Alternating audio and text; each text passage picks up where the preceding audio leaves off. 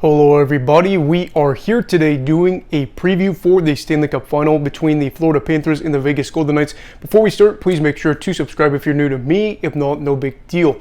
Now let's talk about how these two teams got here. The Florida Panthers ended up winning the East by going through the Boston Bruins in 7 games in a major upset, beating the Toronto Maple Leafs in 5 games before going on to sweep the Carolina Hurricanes in 4 games in the Eastern Conference Final. As for Winnipeg, they ended up downing the Jets in 5 games in the first round, beating the Edmonton Oilers led by Connor McDavid and Leon Draisaitl in 6 games in the second round, and then taking on the Dallas Stars, getting a big lead, and then ultimately winning in 6 against Dallas. But that being said, let's talk about some storylines before I talk about my predictions for this series, who will win, all that good stuff.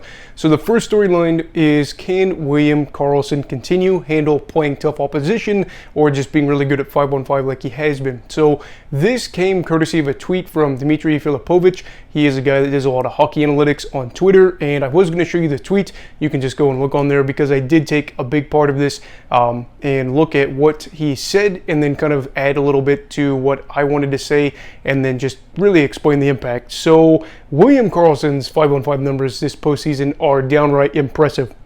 I know he's been a busy bee, but when I looked at how well he's been doing from this tweet, I thought there's no way some of these numbers are going to be off a little bit, but no, he's been doing incredible. So let's talk about how well he's done against top names in the playoffs. So Jason Robertson's goals for percentage was 50% in the postseason when he played against William Karlsson in the Western Conference Final. Basically, in that time, they played against each other about 41 minutes, and Robertson had 2 goals for compared to 2 goals against. Now let's talk about Connor McDavid. How did he do against Karlsson? He didn't even score a goal in almost half an hour of play, 28 minutes. Kyle Connor, how about him? A guy that has been able to score a lot of goals for the Jets.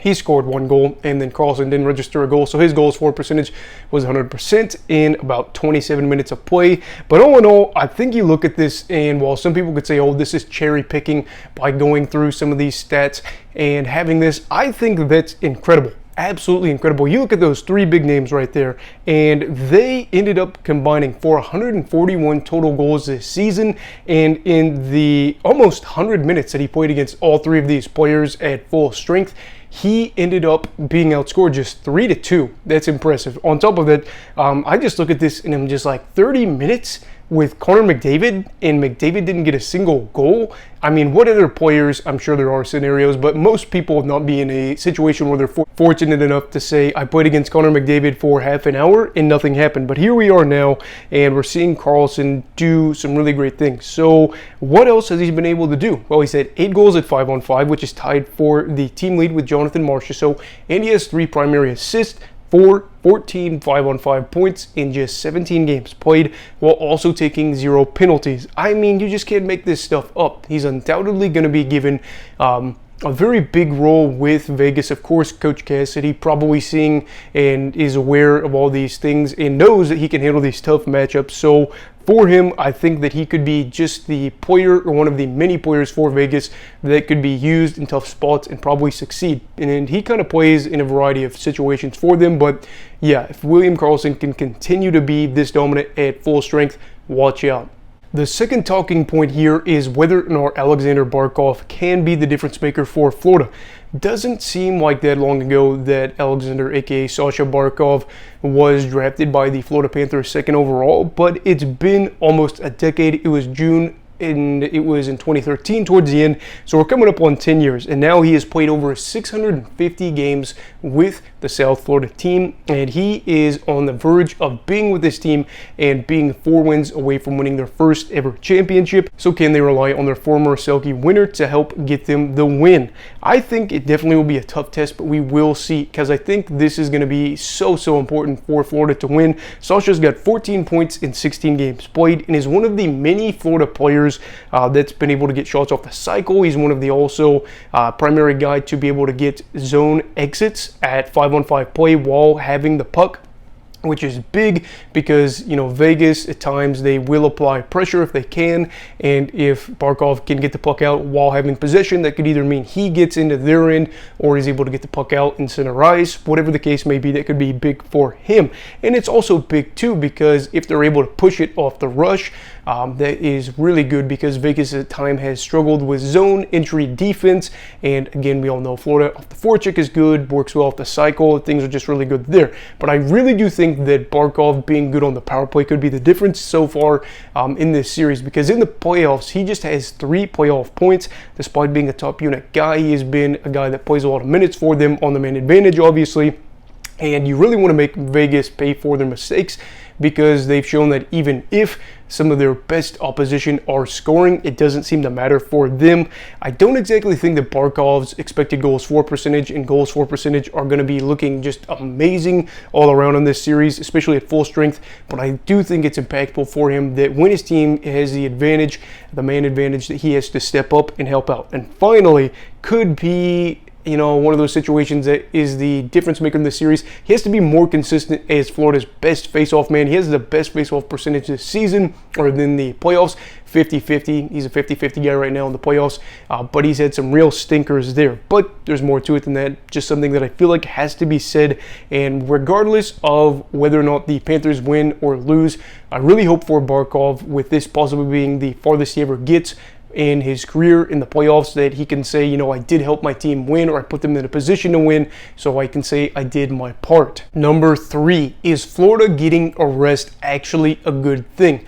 I usually stick away from the rest versus rust argument for the most part during the playoffs, but I actually think that this is something you want to talk about. Florida has not played a game since February 24th, and it will be about 10 days, just over 10 days, with their victory over the Canes between that time and when they take the first face-off against Vegas in Vegas. So for a team that rode a lot of momentum, and they have a lot of playoff magic headed their way, or just something that they've rode since then, you wonder, could this be a problem that they end up losing their mojo, I guess you could say?